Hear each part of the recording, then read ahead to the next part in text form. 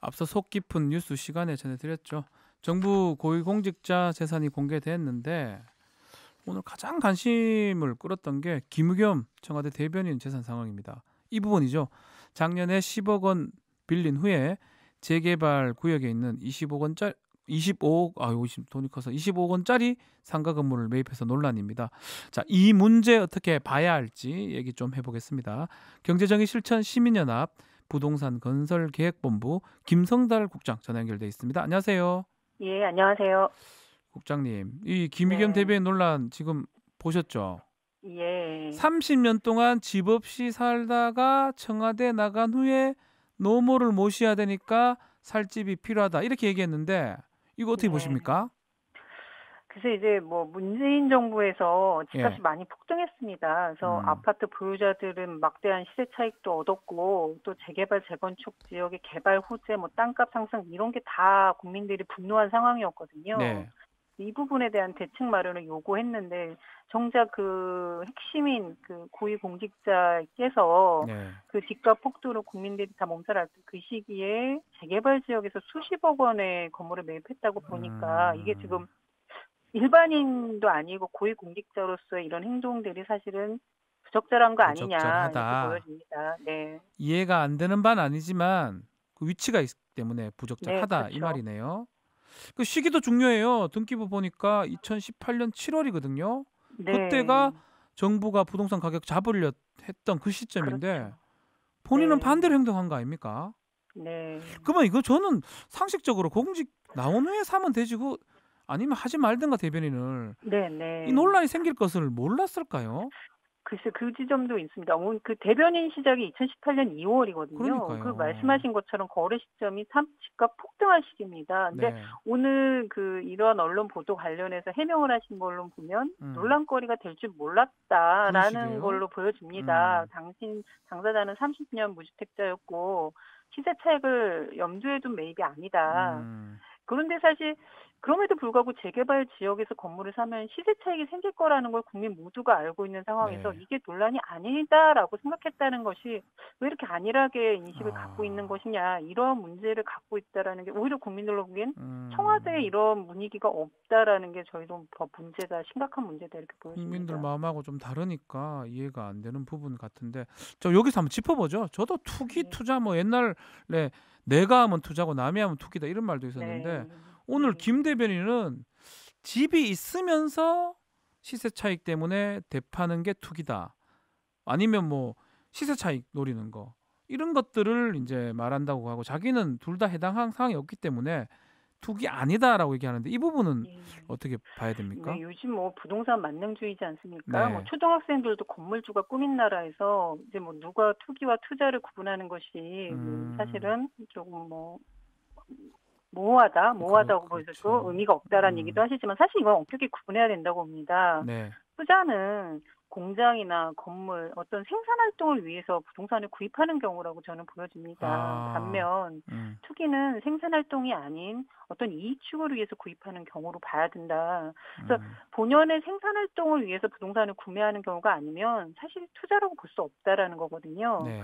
근데 이제 김의겸 대변인께서도 무주택자라고 하시면 그러니까. 자기 주택이 필요했다면 집을 사시면 되는 건데 사실 상가 빌딩을 구입하셨어요. 집을 안 사고. 예, 상가 빌딩이라면 임대소득까지 그리고 염두에 두셨다고 직접 말씀하셨거든요. 그러면 이거는 임대 사업자 등록을 하고 하는 거거든요. 사업자의 역할을 말씀하신 건데 네. 진짜 본인은 고위공직자로서 그런 것들이 염두에 두고 땅을 사셨다는 게 이게 지금 국민들 눈높이 안 맞는 그렇겠죠. 거다 이렇게 보여집니다. 더군다나 이 사업 후의 준공 시점을 좀 보면 23년이거든요. 네. 그때까지 청와대 대변인을 하실 게 아니라면 언젠가는 나가셔서 거주할 집이 필요했던 건데 지금 그 낡은 상가 빌딩이 어떤 거주 공간으로서 의미가 있어 보이진 않거든요. 그런데 11억 원이라는 큰 돈을 대출받아서 했다라는 게 이게 어떻게 이렇게 이해가 안 순수한 된다. 그 공간이 주거 공간을 마련하기 위해서 했다라고 보기에는 조금 설명하기는 어렵다. 그런 지점이 있다고 보여집니다. 뭐 이렇게 막 결단력이 좀 있었다고도 볼 수 있는 거잖아요. 엄청난 고민과 정보나 여러 가지 자문을 받지 않고 저는 뭐 10억 빌려서 이렇게 투자하는 이렇게 뭐 사는 거는 어렵죠. 상상도 못할 것 같은데. 그쵸. 일반인들로서는 도저히 그걸 무서워요. 장단을 어떻게 낼 될지 수 알고. 없는 돈입니다. 이 10억 대출 25억짜리 상가 매입하면서 11억, 10억 대출 받는 거는 네. 뭐 LTV, DTI 규제는 안 네. 걸립니까? 지금 그 25억에서 금융권 대출이 10억 원이고 예. 1억 원은 이제 사인간 대출을 받았다고 하시니까 이제 음. 금융권 대출 10억만 보면 딱 LTV 40%가 걸리는 금액입니다. 근데 지금 금액이네요, 딱. 예. 예. 근데 현재 정부가 투기 지역에 LTV를 40%까지 허용하고 있거든요. 그러니까 딱 그 정부가 정한 규정에 맞게 대출 받으신 거죠. 참 절묘합니다. 절묘해요. 근데 또 이 김의겸 대변인 말들 좀 들어보면 이 계속 떨어졌다 그러더라고요. 분양 신청을 네. 여러 번 예. 했는데 또 재산 내역이 14억이거든요. 음. 30년 무주택의 어머니가 부양 가족이 있으면 제가 봤을 땐 청약 가점 받아서 그냥 네. 분양을 하는 게 좀 더 바람직하고 우리 부동산 정책하고 맞아떨어지는 거 아닙니까? 네.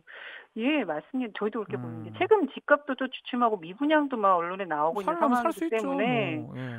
14억 원이라는 돈을 가지고 집을 살 기회조차 없었다라는 거는 사실 설득력은 어. 없다. 다만 원하는 집을 사지 못했다라는 것으로 보여집니다. 그래서 아. 네, 원하는 집이 어디 어떤 집인지는 모르나 근데 음. 뭐 단순히 무주택자로서 집을 살 기회를 얻지 못했다고 보는 건 조금 과한 말씀 아니셨을까 생각이 들어요. 그렇군요. 이 김의겸 대변인뿐만 아니라 오늘 고위공직자 재산 보니까 아유 뭐 3명 중에 1명은 뭐 집을 네. 2채 이상 갖고 있습니다.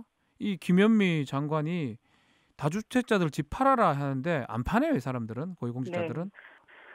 사실 고위공직자분들 상당수가 강남에 집을 가지고 계십니다. 네. 다주택자라는 것도 이미 오래전부터 논란이 된 사안인데 문제는 그거 음. 줄지 않고 계속해서 이 공개될 때마다 자산이 늘어나는 것을 보이고 있기 때문에 맞습니다. 예. 이것이 지금 자산 증식 과정에 불법이 없기 때문에 이게 문제로 음. 볼 수 없다라는 시각도 있겠지만 이거는 국민들이 지금 부동산 불평등으로 계속해서 고통받는 상황에서 그렇죠. 이 다주택자들이 고위공직자 하필이면 이렇게 일치할 수 있느냐에 대해서는 국민들의 눈은 이 부분에 되게 부당하다고 느끼실 겁니다. 그렇죠. 뭐 더군다나 국민의 3명 중에 1명이 2채 이상 갖고 있습니까? 네, 그렇지 아니잖아요. 않은 상황이죠. 없는 더군다나 사람이 더 말씀하신 많은데. 것처럼 예. 김현미 장관께서도 음. 팔라고 하시면서 아니면 임대사업자 등록하고 정당하게 세금 내라고 그렇죠. 하셨거든요. 예.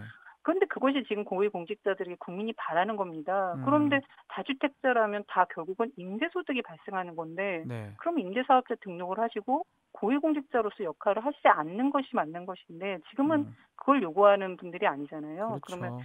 정책 개발을 하시려면 거기에 맞는 또 어떤 것들을 갖춰 나가는 것이 필요하다. 이렇게 공무원들은 보여집니다. 집 잘 사네요. 저는 그 하나가 어려운데 참 대단합니다. 예. 자, 이 지금 최종호 국토교통부 후보자 이 네. 청문 보고서 채택 여부도 불투명한데 네. 이 좀 부동산 경실련에서 지금 자진 사퇴 얘기를 했었어요. 네. 성명서 내셨죠? 네, 냈습니다. 나가야 됩니까?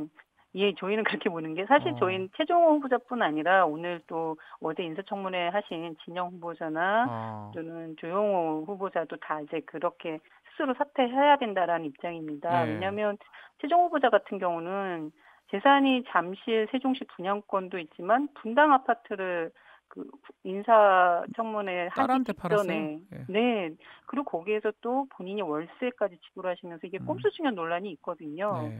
거기에다가 세종시 분양권도 특별 공급입니다. 펜트하우스를 특별 공급 받았는데 정작 그 분양 시점 이후 1년도 안 돼서 차관직을 그만두셨습니다. 퇴임하셨습니다.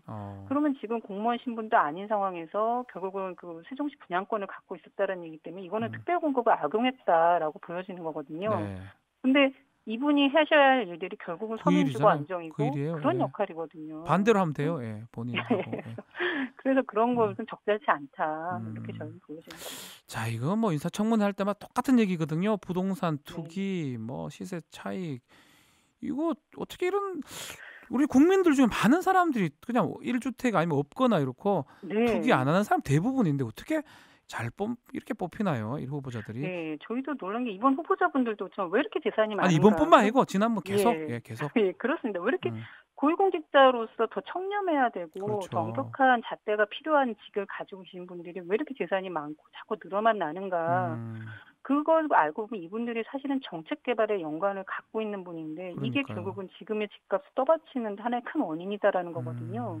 근데 청와대에서는 자꾸 이런 분들이 고위공직자에 있는 것에 대해서 왜 아무런 문제의식을 갖고 개선하지 않는가 네. 이런 것을 다시 한번 문제제기하고요. 예. 이번 기회라도 청와대가 이 부분에 대해서 좀 근본적인 좀 시스템, 검증 시스템과 어떤 인사 원칙이 더 강화돼야 된답니다. 부동산 투기에 대해서 국민들 눈높이하고 전혀 안 맞는 잣대를 갖고 계시거든요. 청와대에서는.